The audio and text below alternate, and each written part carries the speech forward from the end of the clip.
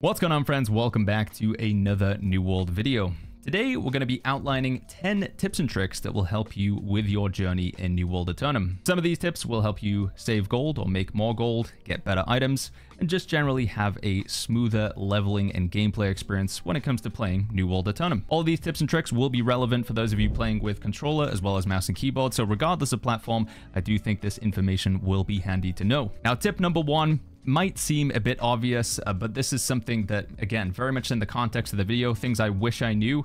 Joining a faction is probably one of the most important things you can do in the game these days, and you can do this from level 17 onwards. So after you've done a bit of the main storyline, finished a few side quests and stuff, you'll hit level 17 pretty quickly, usually within the first few hours of playing. And you're going to see these quests, again, specifically at level 17 onwards. You will see this purple quest, you'll see a green quest inside the town, and you'll see an orange quest just outside the town. These are your faction initiation quests, and by picking up it and then following all the way through to the end, they'll ask you if you want to join the faction. Now, in terms of which faction should you choose, is there any differences between them?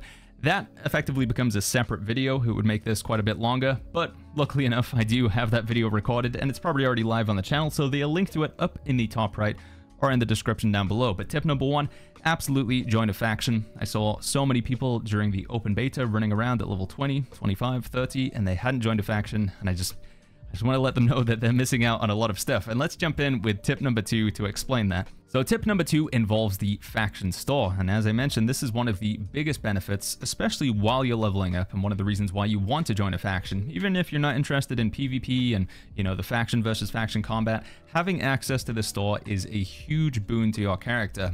Unless you really get into the depths of crafting, this is generally going to be the best sort of armor and weapons that you'll get up until around level 50. So grinding out your faction reputation to unlock each next tier, which again is something we cover in that faction video, is going to be hugely beneficial to you. And then picking up the weapons that you're interested in playing with and the armor as well. And this is also a good way if you want to change your build. If you decide like, oh, I'm not enjoying musket that much, I would like to try bow, you can go get one from the faction store for relatively cheap, just need a few tokens and gold. Now, there is another secret mechanic in here that isn't super well known, especially to new players, and that involves changing the stats or the attributes on pieces of gear. You'll notice that all of the armor comes with Constitution, but stacking too much Constitution, especially as you're leveling up, whilst it will make it harder for you to die, it's also going to make it longer to kill enemies and stuff. Sometimes I think just leaving your Constitution at 25 or 50 as you level up and focusing on strength or intelligence, dexterity, focus, whatever it is that your main weapon scales off of, that's going to be a good idea. So luckily, there is a way that you can change the attributes on this armor. So if we just go ahead and buy this weird wig, the Marauder Soldier Headwear of the Century, and again, you can do this with the Covenant and the Syndicate as well.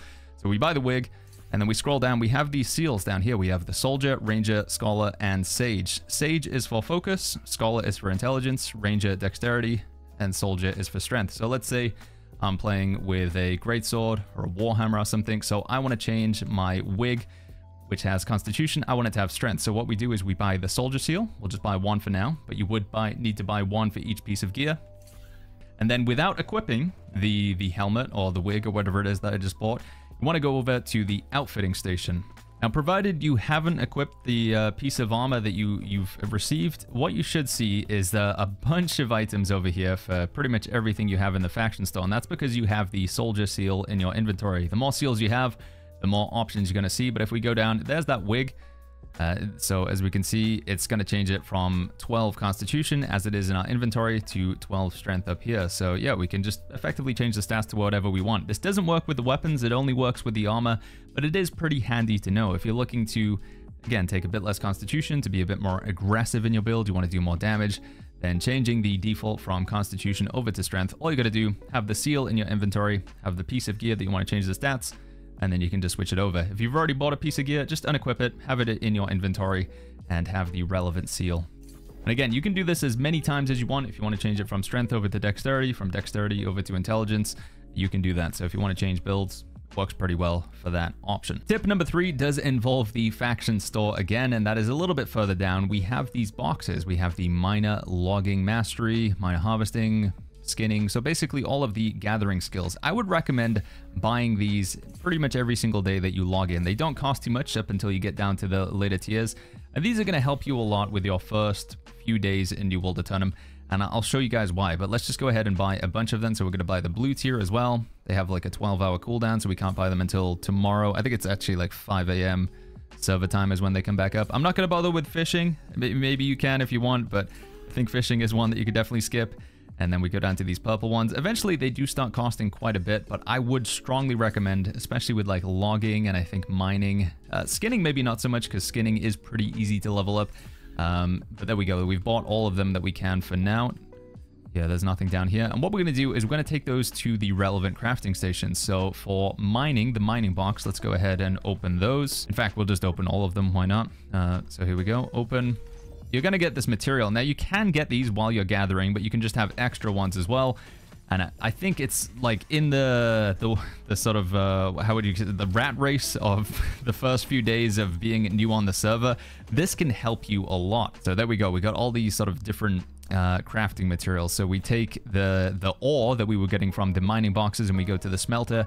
And what you'll be able to do is scroll down a little bit and we'll find that we have these options. So there's strange ore, and then we have abnormal ore, and then we have unusual ore. And if we just go ahead and craft the ore into these research notes, we're going to get a big chunk of mining experience. So you can see that we went from 152 to 155, and then we'll do the slightly lower tier.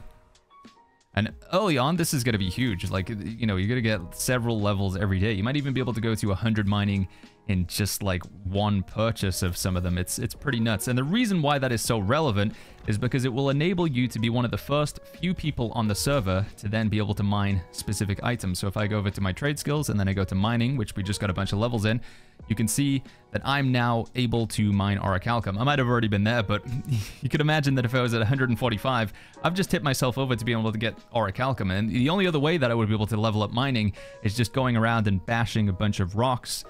But everybody else is doing that, so it's kind of competitive. So if you just want to get ahead of everybody and be able to mine these materials for the first person on your server, you won't have any competition if you do this early. It really is beneficial. You can stockpile up on the materials and then sell them.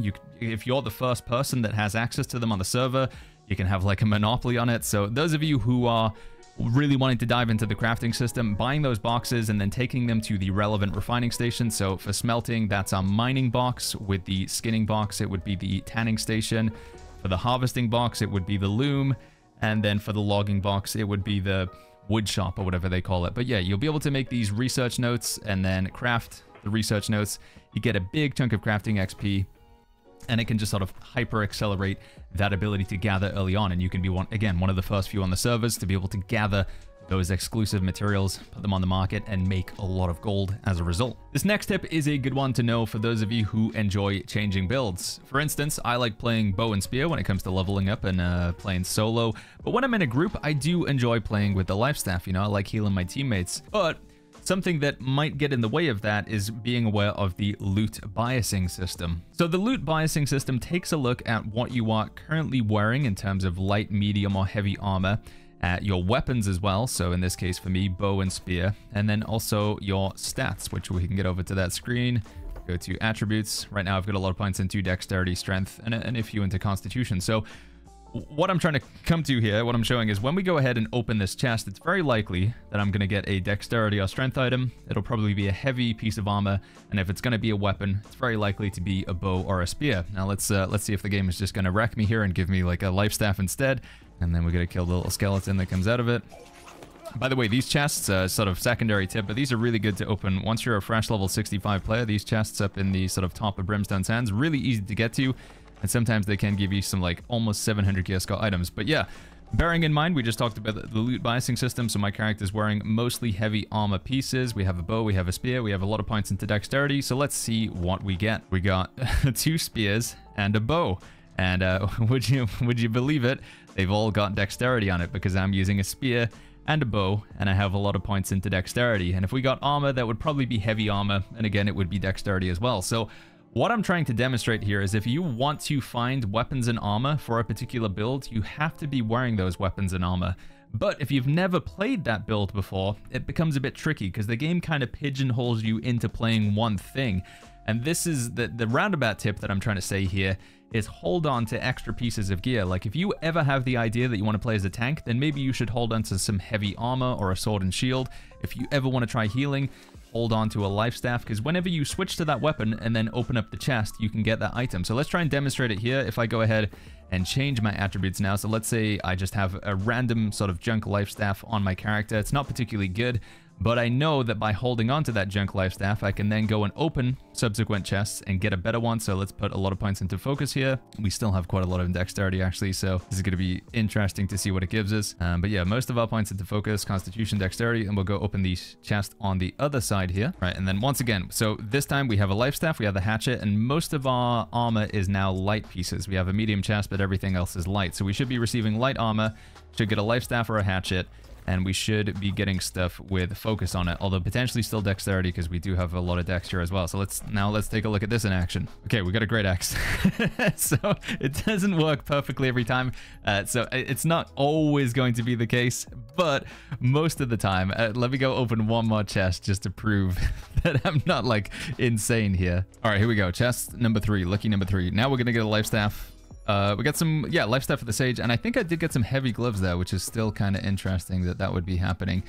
So it's not, as you can see, it's not like a perfect thing. It isn't always going to give you that, but a lot of the time, I'd say like maybe 70% of the time, the loot biasing system will give you things that are relevant to what your character is currently wearing. So if you want to receive more of a particular type of item, you have to be wearing that item already, and you have to have those stats. But as we've proven, or I've disproven to myself, it's not always the case, so you do have some flexibility. You still can sort of branch out and get items for different characters, but again, it will offer you a lot of what you're currently wearing, and I just think it's something that some of you guys might be interested in, and if nothing else, it was a good laugh on my expense there.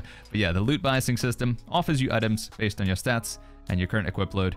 Not always, but a lot of the time. This next tip is another one that involves moving around the map faster. So by default, everybody gets the option to recall to in, but this has a 15-minute cooldown. And if you're sort of frequently going out, gathering materials, coming back in, dropping them off, and then going back out, you will actually run out of recalls, but you can get an additional recall from level 15 onwards, and that comes in the form of purchasing a house. So here in Windsward, but this is the same in any settlement, you can go up to certain buildings and you'll have the option to purchase houses. So this one costs 1,000 gold, but the default is 10,000. The reason why this is, the first house you purchase per character gets a 9,000 gold discount. Now there's 4 different tiers of houses. The first one starts at 5,000, so that would effectively be free. You would get 9,000 gold off of it. The game doesn't give you gold, sadly, so you just float like 4,000 gold. Then you have your tier 2, which is what we're looking at here. Tier 3, 15,000 gold, and Tier 4, 20,000 gold. Now, if you guys have some apprehension on which tier of house to buy and whereabouts on the map you should buy a house, I highly recommend checking out another video, because again, it'll be a pretty extensive topic, but we do have a housing video, link up in the top right or in the description down below. But anyway, I'm going to go ahead and purchase this Tier 1 house here. There we go. And what this is going to give me the ability to do is if I run out and I go gather some materials, get into some PvP, finish a quest or whatever. So here we go. I'm out in the wilderness and, you know, I've suddenly got to leave my PC. Something has occurred, but I can't fast travel back and I don't want to just log off in the wilderness. Well, you now have the option to recall to house.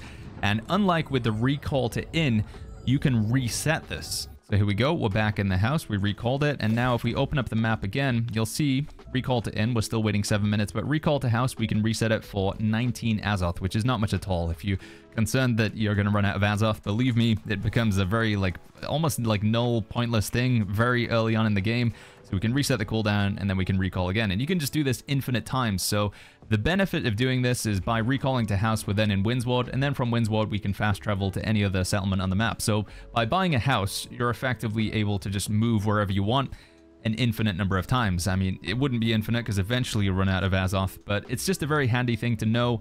So I would recommend buying a house as soon as you can. Just in case your recall to inn is on cooldown, you can still just go back and then teleport wherever else you want, basically. It's going to speed up your progress quite a lot. But for more details, again, on that Tier 1, Tier 2, Tier 3 house, check out the video, link in the description down below. Now, if you're struggling to put together the gold to be able to purchase that first house, then this is the tip for you. New World Aeternum has a player-driven economy, and that means if you want to buy crafted goods or sell them, you don't really take them over to a vendor or an NPC. Instead, you sell them to other players, and that is going to be the best way to make coin in the game, basically crafting things or selling materials to other players. But there are a few daily and weekly activities you can do that don't involve trading with other players, Let's go over them right now. So number one, I would say, is the most important, and that is doing at least 3 faction missions per day.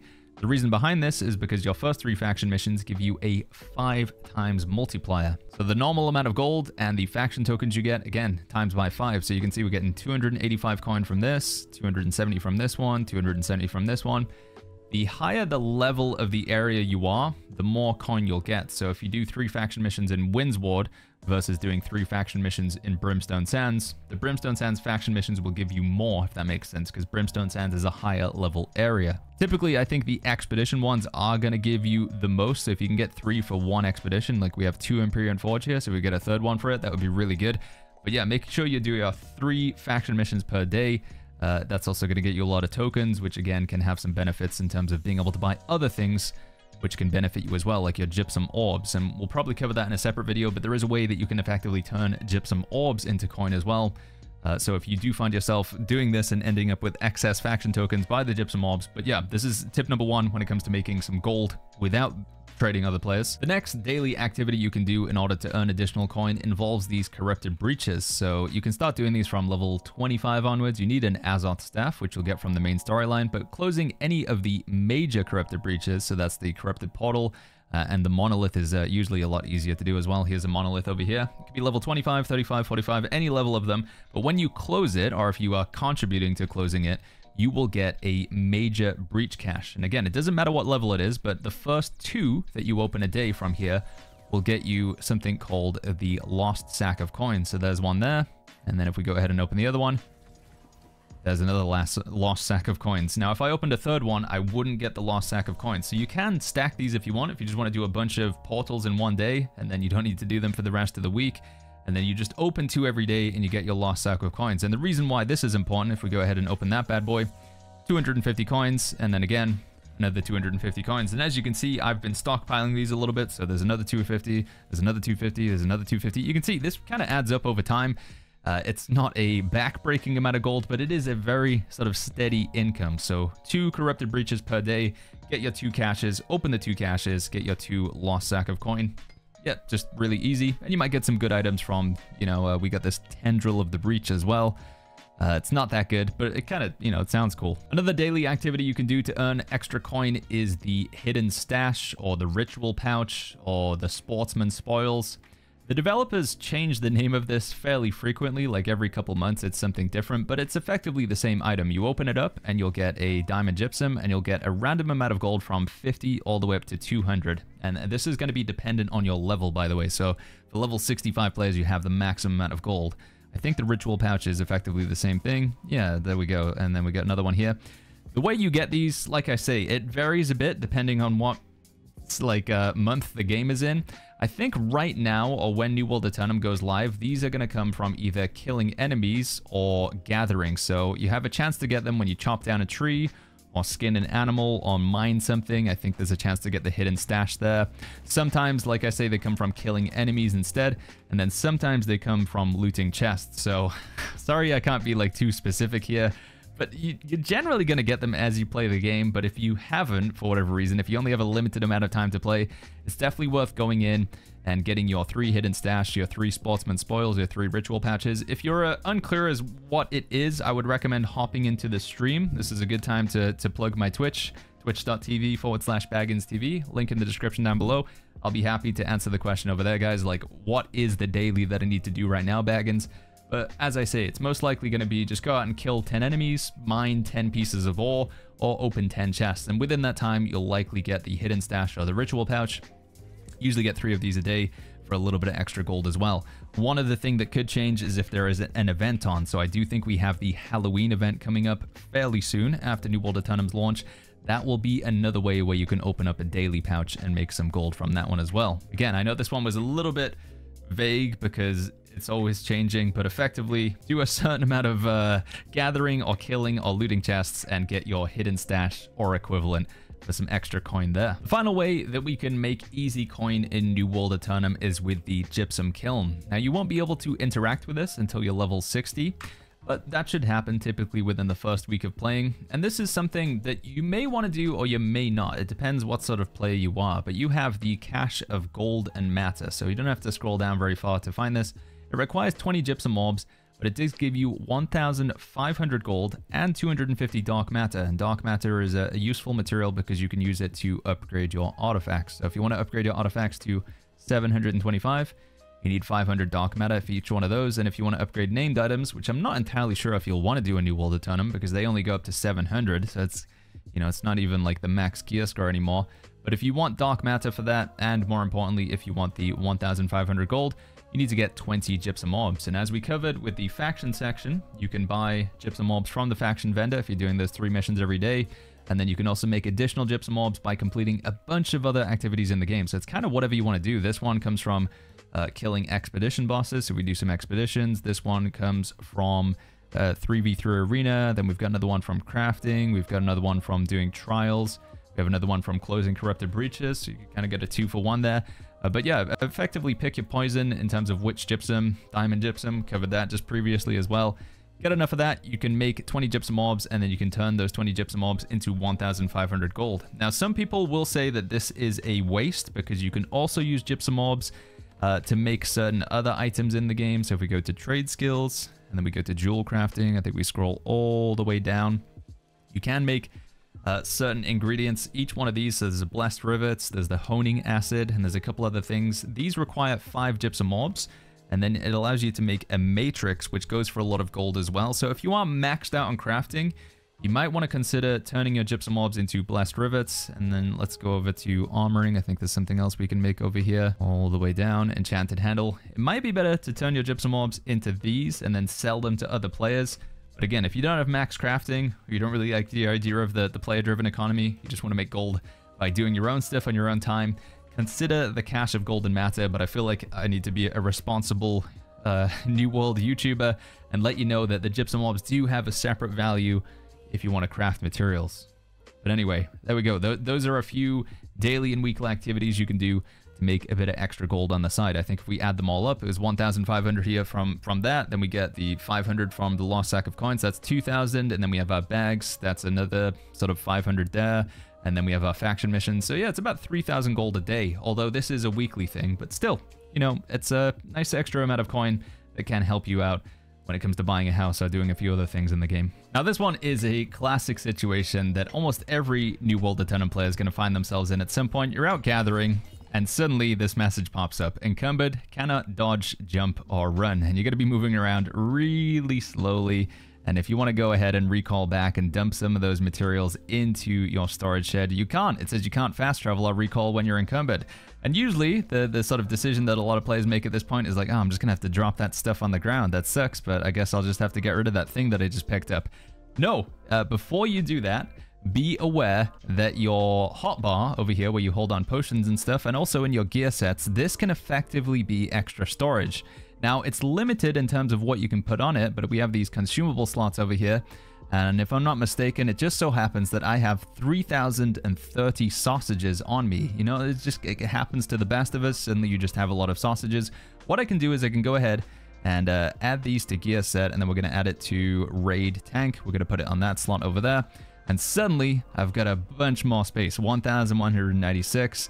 And again, maybe you're not carrying 3,000 sausages on you, but you can also put your food, your potions. You'll be surprised at how much some of this stuff weighs. Again, these infused health potions. Let's go ahead, add to gear set, and then we go down, go over here. And that's going to free up some more weight as well. And then we can go back and run around. Now, from here, you probably don't want to keep like gathering materials. Now, you should actually go back to town. But I just think this is a quick and easy one to learn about, and that is that you can put consumables, potions, meat, water. You'll be surprised. There's some of the things that weigh quite a lot in your inventory, especially if you do a lot of skinning. You'll get a lot of the red meat. If you go ahead and put that on your hotbar, frees up some weight so that you can go ahead and teleport again, dump stuff in your storage shed, and get back to it. So yeah, making use of your potion slots, basically. The UI is going to look a little bit different here because we're playing on an older version of New World. But yeah, effectively dragging those over, adding them to a gear set, adding them to your potion slot, just gives you a little bit extra wiggle room when it comes to the overall amount of stuff you can carry on your character. This next tip is another simple one, but very effective, and it always surprises players. I've seen people with hundreds or even thousands of hours in the game, and they didn't know this was a thing. It involves crafting. So earlier on, we were talking about the significance of the matrix, like making these things. They're pretty important for end game power effectively, and you need the tempered cast, and you need the honing acid. So we go here and we look at honing acid, and then we need prismatic leather, prismatic block, infused alkahest, gypsum mob, azoth. And what I find people doing is sometimes they take a screenshot, they write it down, you know, they have to make like a mental note of the recipe, and then they go to the trading post or their storage shed and they look for those ingredients, and then, oh, I can't remember it. It turns out there's an actual way in the game that will show you what you need, and it's very like hidden in plain sight. It's just pin recipe. It's right there. This has been in the game for a very long time, and the number of people who don't know about it, it always surprises me. So yeah, you could just pin recipe. You can only have one recipe pinned, but then what's going to happen is you'll see it added to your quest log. If it doesn't pop up, we'll do this with the controller, because again, that's going to be a lot of people learning about the game are going to be playing with the controller. We go to journal, and then we scroll down to the bottom here. There is a section called recipes. It's behind my camera right now, but it's right down at the bottom, recipes. And then you can just set this to auto pin, and we can just click on that pin, and then we'll see up in the top right, it's going to add it as a quest basically to get that amount of materials. Now it only looks at the materials that are on your actual character, so it's not aware of what's in your storage shed, which is why when we go back into the crafting station, we'll see, let's go acid. Yeah, so here it's telling me I've got 187, 83, 5,000, and then up there it says we don't, because those are in my storage shed, not on my character. But again, I think this is a really simple one, and it's very effective and can save you, you know, taking screenshots or writing things down to memorize the ingredients for a recipe. Now, this next tip is another one revolving around your coin or your gold, and it does involve the trading post. Now, I think this is something that is going to be a little bit daunting to new players. The user interface and the way that you interact with the trading post is a bit confusing at first. But let's say that I'm in the market to buy some Fey Iron. Now, if I go and search for Fey Iron on my server, it's going for 0.95 each. It's likely going to be a lot more expensive on the first few days of New World Aeternum with a brand new server, but we've had a lot of time to farm this stuff. So I can buy Fey Iron at the cheapest, 0.95 right now. So if I just want to buy one piece of Fey Iron, it's going to cost me just shy of a gold. And I do get it immediately. But one thing you can do, if you're willing to be a little bit patient, is put in a buy order. And the way this works is you basically say, how much Fey Iron do you want? So let's say in this case, I want to buy 100 Fey Iron. And then you set your price that you want to buy it at. Now, obviously, we could see that we could buy it straight up for 9.5 earlier, and that was the price that we could do. But you'll see that the buy orders are typically cheaper than the sell orders. So I've actually put my own up here for 0.69. But even if I was just go to like 0.89, I'd still be saving myself gold. Because again, these are the orders that you can just buy it immediately.